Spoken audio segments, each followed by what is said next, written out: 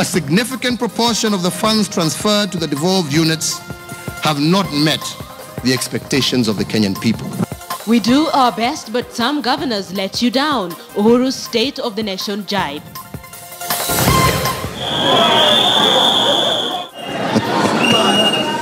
Uhuru laughs off attempts to disrupt his speech as MPs are kicked out of the House. We are not expecting anything new or anything much. I expect Rais kesho aonge kuhusu peaceful election. I think he should be addressing how resources should go to the grassroots. What we expected from our president, citizens speak about Uhuru's speech. Then kidogo tu wakashuti yote, wale usina wote wakashuti. Also tonight, survivors tell their stories as Kenya remembers the Garissa University attack.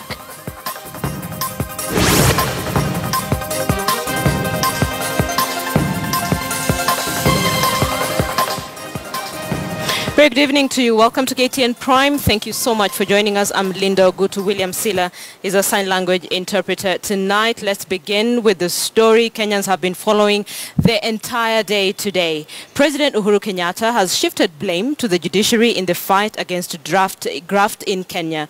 According to the president, the judiciary must stop frivolous exploitation of legal technicalities to set free graft suspects. In his State of the Nation address, initially delayed for half an hour due to protests from some opposition MPs, Uhuru also accused county governors of wasting county funds. Chris Thairo reports. For our children and generations. It was the second last State of the Nation address that President Uhuru Kenyatta was delivering at Parliament before Kenyans go back to the polls. After last year's State of the Nation address, in which he had touched a list of 175 public officers accused of corruption and promised to tighten the noose, the president sought to absolve himself from blame on accusations that corruption in government has worsened. I understand the frustration of those who feel that investigative and court processes have been manipulated by the corrupt in order to escape accountability and delay and derail justice. It is crucial, therefore, that our judiciary reduces and eliminates the frivolous exploitation of legal technicalities to defeat the cause of justice. According to the president, his government is on course to recover looted public funds, with 400 million shillings so far recovered from the National Youth Service fraud suspects. Consequently, we have traced and are now preparing for seizure property and assets worth 1.6 billion shillings acquired using proceeds of corruption. We intend to create a fund to which the recovered funds will be deposited, with a view to use such funds for specialist projects to uplift the vulnerable in our society. The president also took a swipe at all the 47 county governors, accusing them of not utilizing properly the funds being sent to the county governments. A significant proportion of the funds transferred to the devolved units have not met the expectations of the Kenyan people. You must ask, does the 1 trillion sent to county governments reflect in what you see? No. Is there clean drinking water and proper sanitation? No. Efficient garbage collection? No. Medicines in hospitals? No. And agricultural extension workers visiting your farms? No. On security, President Uhuru Kenyatta assured Kenyans that his government will continue funding the security apparatus heavily, as well as giving them the necessary equipment to fight terror and other criminal activities. We have implemented specific strategies that deal with our security challenges and have made a number of cross-cutting multi-sectorial interventions.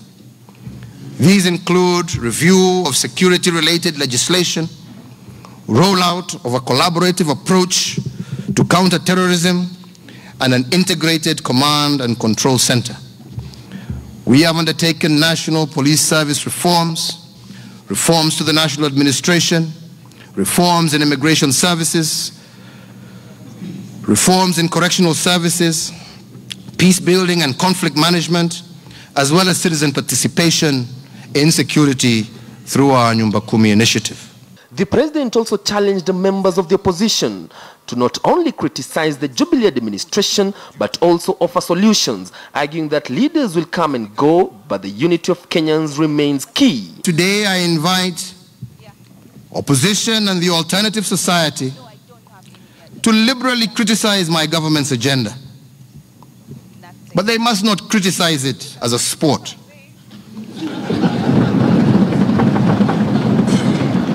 They must criticize it as owners of the covenant and provide alternatives.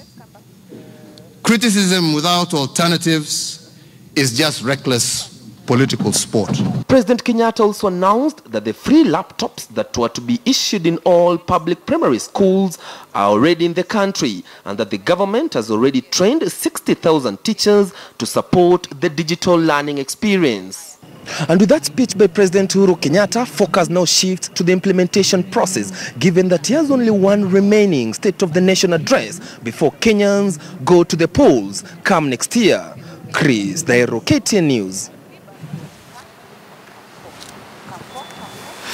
Right, President Uhuru Kenyatta's State of the Nation address, that was his third. There was a lot of heckling. That was one very dramatic day for some of us who watched that State of the Nation address. He touched on several issues, and it was a dramatic beginning for the joint sitting of Parliament as 8 lawmakers, including a senator, were expelled from the House for being disorderly. The MPs attempted to stop President Uhuru Kenyatta from making this State of the Nation address by blowing whistles whenever Uhuru tried to speak. Our parliamentary reporter, Patrick Amimo, has the details.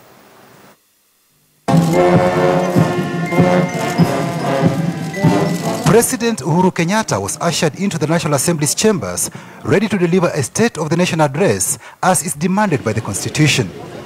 But as he rose to address the House, a section of lawmakers started blowing whistles, forcing him to stop.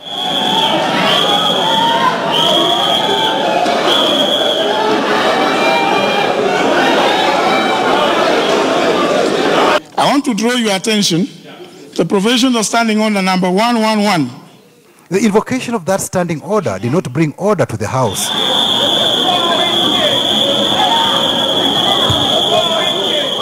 For close to 30 minutes, the chambers had been turned into a house of whistleblowers. The Parliamentary Broadcasting Unit cameras did not zoom in to identify whistleblowers. I order the Sergeant at Arms. Speaker of the National Assembly ejected 8 members allied to the Orange Democratic Movement from the chambers, with his counterpart in the Senate ejecting 1 senator from ODM. Apart from being forcefully ejected from the House, Speaker Justin Muturi slapped further punitive measures on Wandai. Shall order such member to be removed, and such member shall thereupon without question put be suspended from the service of the House during the remainder of the session, and shall during such suspension forfeit the right of access to the precincts of Parliament. Wandai was ejected from the chambers by parliamentary orderlies. The orderlies, eager to implement to the letter the Speaker's directive. Wandai appeared irritated by their action. Do whatever you want to do, but you cannot turn back the clock of history. This country has come far, and there's no way we shall accept anybody to bring back dictatorship as we watch. Wandai's suspension means he will not step in Parliament up to end of January next year, besides losing his salary and allowances. The 5th session begins February next year. 7 other lawmakers who had been ejected from the chambers expressed their disapproval outside. This House, Jubilee today marked, we were told 5 people were marked for each one of us. What is that? The other day, some of us were violated in this House. They think that can silence us. No, cannot silence us. I've heard the president saying that they're done with the entertainment. Let me tell him, this is not entertainment. This is the beginning of a revolution in this country. He has no idea what is coming his way. And here is a take from both sides of the House on the action by the speakers to eject lawmakers who attempted to block the president from making his speech. I think the Speaker of the National Assembly should have sent even more people outside. I think sometimes they should be allowing us to deal with these people because this is hooliganism in the House. It's a shame. They should have listened. They should have tolerated so that whatever they had is close to their hearts, expressing on behalf of Kenyans, is expressed. Any fear in chasing them out is unacceptable, and it's a clear show that they are intolerant to matters, democratic practices in this country. The actions were unfortunate. I'm very proud of my members of Jubilee who stood, in a mature kind of way, refused to get drawn into the confrontation that was actually the intention of those members of ODM, not CORD. So maybe they decided to behave in that particular manner. Maybe it will be appealing to the constituents that they come from. But to me, as a member of parliament for Kiminini, obviously I wouldn't have done that because I go as per the law and in line with our standing orders. Those who left are all CORD members, actually ODM.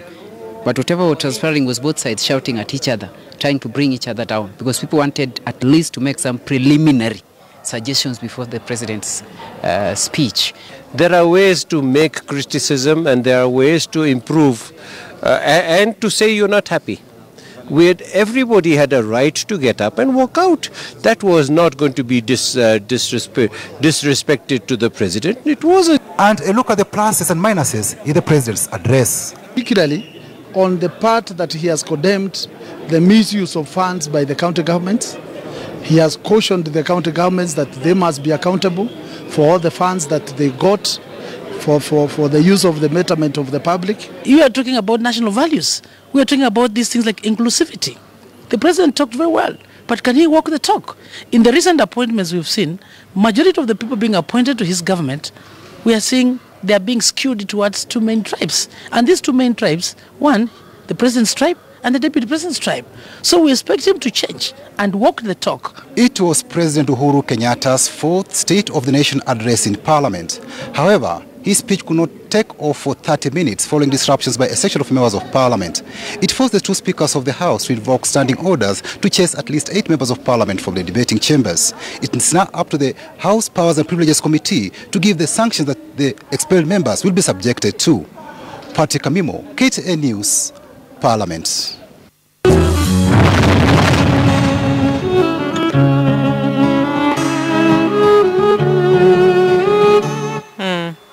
State of the Nation address that was marred with so much chaos the whole day. For those of us who watched the proceedings, that was one very interesting proceeding. So that story by Patrick Amimo forms the basis of a big question tonight. We're asking for your comments. We're asking for your thoughts on the attempts by ODM MPs to disrupt the president's speech. What are your thoughts on what happened today in Parliament, on the whistling and the walking out and the shouting? What are your thoughts on those attempts by ODM MPs to disrupt the president's speech? You can tweet us at KTN Kenya. You can tweet us as well at KTN News. You can tweet me directly at Linda Guto. I'll be sampling some of your views during this bulletin. With us, let's analyze just a little bit that State of the Nation address by President Uhuru Kenyatta. In studio, we have Wanjiko Gikonyo, National Coordinator, the Institute for Social Accountability. Wanjiro, sorry. Is the Constitution lady. Sorry. Thank you so much for joining us on KTN Prime. So you've listened to the State of the Nation address by the President. What are your thoughts on that address? I think my first thought is, one, it was a very tempered speech. There was no dramatics in the speech itself. No lists were dropped, no shock factor. You know, it was very, I think the President learned a lesson from last time about dropping a list that you then have problems managing. So this was much more measured. My concern is more of what was not in the speech than what was in the speech, because the speech was really about what the Jubilee government has managed to do, what they built, and of course we expected that. But a couple of things stood out for me. One was this discussion of this nationalist covenant. Why did the president feel he had to go back to independence? And which nationalist covenant is this? Is this the Independence Constitution that was mutilated actually by the founding father, Jomo Kenyatta?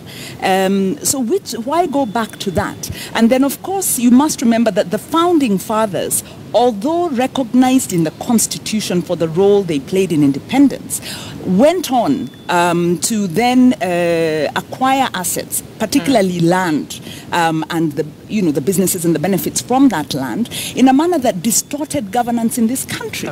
So why would you go back to what the Constitution of Kenya, which was 20 years in the making, sought to redress? So fundamentally, I think the president is uncomfortable with the Constitution. I've said this before, and it's very evident, and I think he's coming out very clearly. He seems to think that the Constitution allows federalism, secessionism, because the nationalism seems to speak to the need for the nation to stay together. So it's very concerning that 3 years into the Jubilee administration, it's evident that there is a misunderstanding about the Constitution. Devolution is not federalism.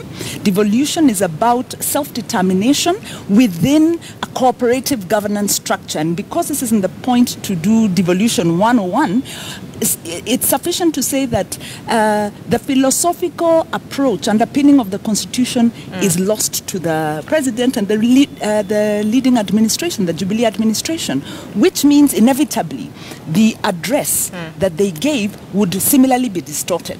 So that if you look at corruption, for instance, he actually touched on corruption. Corruption has been minimalized.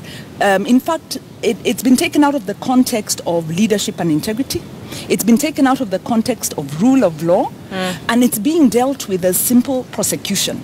The moment you do that, you lose the battle. So again, philosophically, Jubilee has missed the point. Okay. Yeah. So first of all, you said there are key aspects that were missing in his speech. So one, the fact that he kept on touching on nationalism. So two other aspects that missed in that speech for you? Okay, well, the State of the Nation is supposed to be where the president outlines key development issues or key governance challenges. The upcoming elections, the transitions around the IBC, the credibility of the IBC, the judicial changes that are imminent around this period are a very key factor. The other key factor is the high debt, the economy, high cost of living. It wasn't addressed.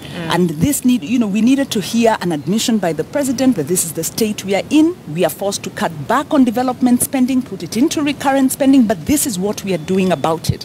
So we weren't given any confidence that things will improve. Or basically, it was we've done this and we've done this and it was about projects, and you don't run a country on projects. What's the philosophical and how are you dealing with the strong underlying issues? Of course, there was no discussion again around the 2/3 gender principle. And this is a principle on which, if it's not addressed, Parliament could be dissolved. So what does the administration seek to do? Another thing that was missing around rule of law is that the National Assembly has been tinkering with the Constitution through successive constitutional amendments, trying to amend this Constitution that the administration is so uncomfortable with. So we'd have expected at 3 years of implementation, the president to come clean and say, listen, it's impossible to govern the country because there are flaws in the Constitution.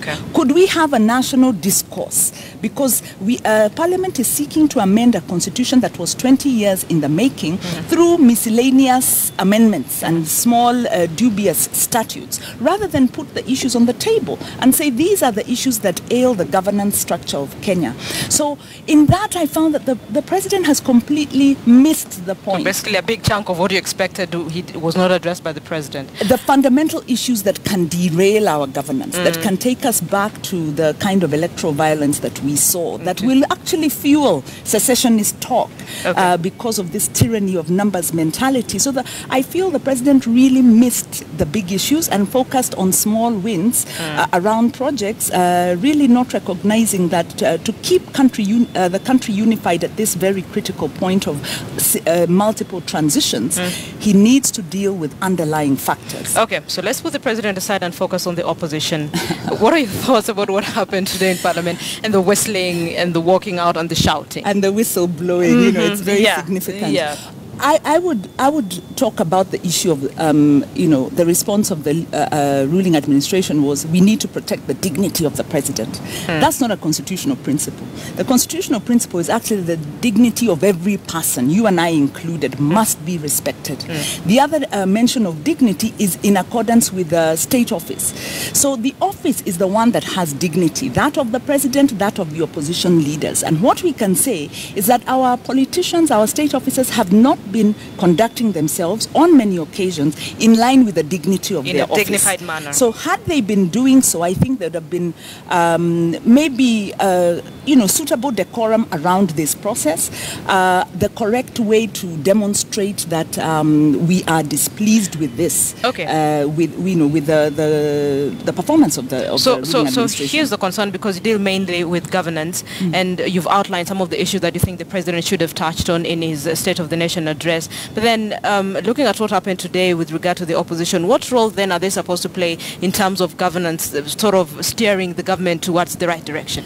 Very good point. The opposition has a couple of problems. Number one, the democratic space has been closing. And the State of the Nation address is a report on the implementation of national values. It's not actually supposed to be Jubilee telling us what they've done in terms of delivering their manifesto.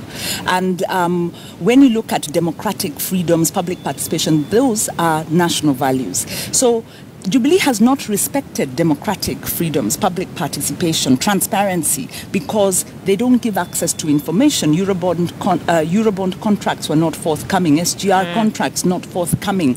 At critical junctures, the access to information law not enacted. So in as much as the Jubilee administration is cracking down on media, cracking down on dissenting speech, then the opposition has also a limited space to maneuver. But on the other hand, the opposition has been their own worst enemy. They run the very powerful PAC committee that checks government in terms of how it's spending the 73% of the budget, or 77% actually percent of the budget that it manages. And we have seen this committee compromised, really not performing, so that 40% of the budget is lost through procurement, other through corruption. So the opposition is not playing their oversight role. Okay, all right. Manjirogi Konyo, National Coordinator, the Institute for Social Accountability. I hope I got your name right this time. Yes, you did. Yes, Thank you so much for joining us on KTN Prime, and of course helping us to understand, look at the State of the Nation address by the President and some of the key aspects that probably he may have missed and what he should have touched on, and where we are as a country. Thank you so much for your time. Thank you.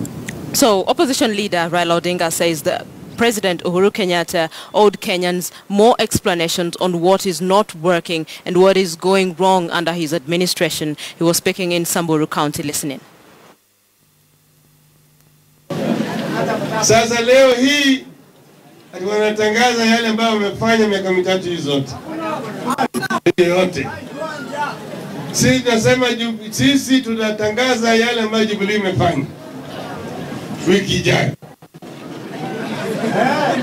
Lakini angalieni ahadi ambayo walitoa kwa Kenya.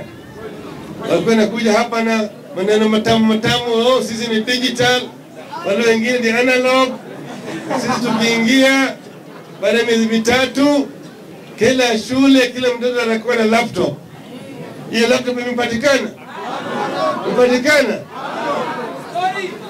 Sisi tukishika, vijana wote watapata kazi kila mahali, na kila mama watapata kazi, wanapata mikopo. Imepatikana. Tutatengeneza barabara na lami kilomita 10,000. Umeona hiyo? Tutanyunyisha mashamba ekari 1,000,000 itakuwa chini ya maji ya kunyunyisha mashamba, irrigation. Umeona haya? Naweza kuendelea. CORD leader Raila Odinga's take on that State of the Nation address. Let's now listen to the reaction of some of the Kenyans on the same address. Uhuru has already failed the government, and everybody knows that the president has already failed this country. Now what is happening in the parliament is our member of the parliament to protest, to show the president that what he's doing is not correct. And in fact, we are happy that now the parliament, we have the opposition in the parliament. We Kenyans, the people on the ground, we know what Jubilee government have promised and we know what they have done. We know where they have failed. So if we look at the corruption everywhere, the Eurobond, the NYS, nothing has been handled. And the president cannot purport to tell us that he is in charge, yet everything is not running as it should be running. Our first failure starts from the House, the Parliament. Those are the people who have failed us completely. Even if they make noise, that is rubbish. The Constitution gives them power to remove the government if it's not serving the people as required by the Constitution. He's doing his best as a man, as a president. But this president is fooling a container of 290 stones